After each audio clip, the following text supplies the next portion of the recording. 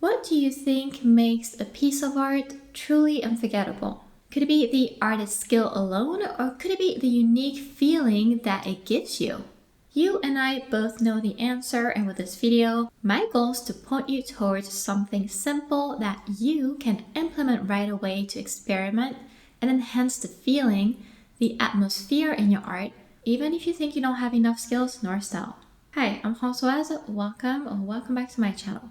People say that style finds you, but I think that it already existed within us before we even started painting. And it shows with our first painting, with each stroke we make, each drop of paint we add, and the way we are doing it. And that's why all of us can paint the same thing with the same techniques, the same process, and still end up with something very different, like my students in this workshop.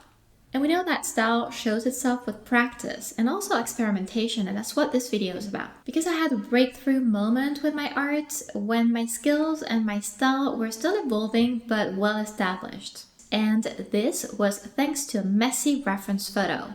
I just wanted to experiment and change things up a bit with that one. So I painted it, and after I shared my process with you here on YouTube, you guys reacted in such a positive way, I was all the more convinced I was onto something I needed to explore. I'm referring to using certain papers combined to certain paints to get a certain result. And to explain what I mean here, I'll be painting this reference photo. A lot of watercolor artists, including myself, recommend to paint with high quality papers like Arche. It's 100% cotton and it's cold press. And that's because papers like these yield the best results for most people, including beginners. And their cold press texture makes it easy to paint anything from landscapes to portraits. Cold press is slightly textured, but not too much. And because for me it turned out to be true, I stayed in my comfort zone for a long time and I wasn't trying other papers very much. I thought hot press, the smooth kind, dries too fast, which I still think, by the way, to this day. And I thought that the rough kinds didn't feel appealing because clean strokes might be harder to make. That was my assumption about them. And the real breakthrough came with Beohong Master's Choice cold press paper because it turns out it's almost like a rough texture compared to Arche cold press. At first, I tried Beohong with my regular watercolors and the outcome was nice. It just felt a bit more rustic, which I like. And I actually made a video about that first time painting on it. And then I made the video that I just talked about before, where I used it in combination to the paints I will talk about in a minute. And so now those of you who are taking classes from me have noticed that I use it more frequently now because I love it so much. And it's actually the case with this week's Patreon painting, a landscape. And if you want to join, I'll add a link to that and all the videos I mentioned in the description below. The thing is, this paper makes painting even better when combined to specific paints, and that is my next point. Normally, I'm not one to state that using certain paints is going to transform your arts, because in truth, I think they visually look all similar, no matter what the brand is or whether they are student grade or artist grade paints.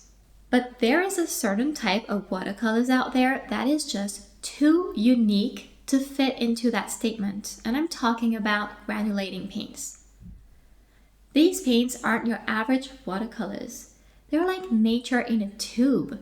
They break apart, granulate, and settle in ways that you cannot expect to create organic textures that look alive. What's interesting in experimenting with this is that you can enhance the atmosphere of an artwork, as they'll work on any paper type, but the more texture that paper has, the more pronounced the hills and valleys are on the surface, the more striking the granulation effect will be. The grainy effect comes from the fact their pigments are heavier, and they'll settle into the paper in clumps as they dry. And that's what's so interesting here. A bonus is that some of those paints are made with a single pigment for a textured look in just one color, while others combine several pigments that can separate slightly as they dry. And you can see the separation clearly here with those greens. Before I touch on more benefits that I've seen from using this paper and paint combination, just a quick disclaimer here that these paints and paper are on the pricey side. And I know that not everyone is at a place right now where they can afford to try them out, and that's fine because they are different price points with different brands. For paper, for example, any watercolor kind with a grainy surface is worth trying. And I haven't tried a bunch, but I know that Artesa's 100% cotton paper could be an option. I even think it's a cold pressed kind and it's actually quite grainy. And for paints, Daniel Smith, Winsor Newton, and many other brands offer that kind. And some very common colors that are easy to find, like ultramarine blue, sometimes also granulate a bit depending on the brand. For paper, I like Beohong because it's high quality cotton paper, and I like Schminke for paints because the effect from those paints is very, very pronounced. And I think they even call them super granulating paints. That would explain why they give such a great result. The most important thing to remember is that when these paints are paired with smooth paper, their granulation feels muted. But when they meet paper with a texture, that is when the magic happens. Every nook and cranny becomes a place for pigment to settle, separate, and give the art this unique look. And for me, it works best for paintings with a blurry or abstract background because you can let the paints do their thing 100%. For things like cloudy skies and water, it works, but I don't like it as much personally because it can look a tad streaky and not as smooth overall as one would expect such landscapes to be. I find the paints are easy to combine to regular watercolors as well. Here, for example, I was using Granulating Gold by Daniel Smith with a Schminke Granulating Shire Green, Shire Blue, Shire Olive, and Volcano Brown. Lots of hints of blues in my greens and a beautiful hint of red in the brown. When you check what it says on the tube, you'll see a list of the pigments that they used to make that particular paint. I added Granulating Gold for extra vibrancy because most of my favorite granulating paints are muted colors. The paints work just as well in layers as normal ones, so you can overlap them together and still have that granulating effect show. And I like to do it in my works for extra vibrancy. This background is an example of that. The more I work on it, the drier it gets. That's why the more I add to it, the least diluted the colors are, so the more vibrant they are looking. When I use this combination, I paint like I normally would on Arche and my other paints. Here, for example, splatters are always a fantastic way to make my gradients look a bit more natural. Notice also that just like I would with any other painting, I tried to leverage the white of the paper for extra light in the art. With the birdhouse, the goal was to paint realism. It is possible to do with these paints and paper. And again, it's done with the same exact techniques you'd be using with regular paints. Nothing changes in the process. But now watch this, because there is a great benefit for using these paints. Look at how easy it is to lift paint very, very well. I tried it on Arche and it works too.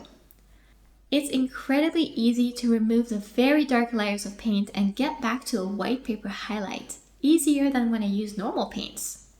And that's one of the things I had noticed in the video that I talked about before and that made that art so much more beautiful.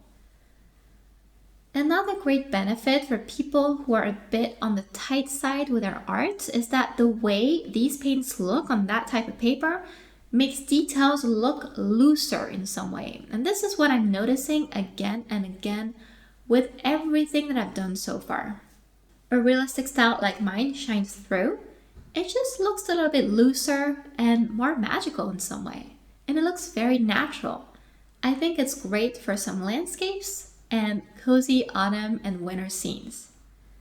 So please now let me know in the comments whether or not you have tried the paints or the paper or both and what your experience has been.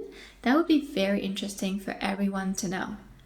My art from recent watercolor videos was created with that combination, so go ahead and watch that next if you'd like to see this combination at play somewhere. For now, thank you so much for watching and see you next time!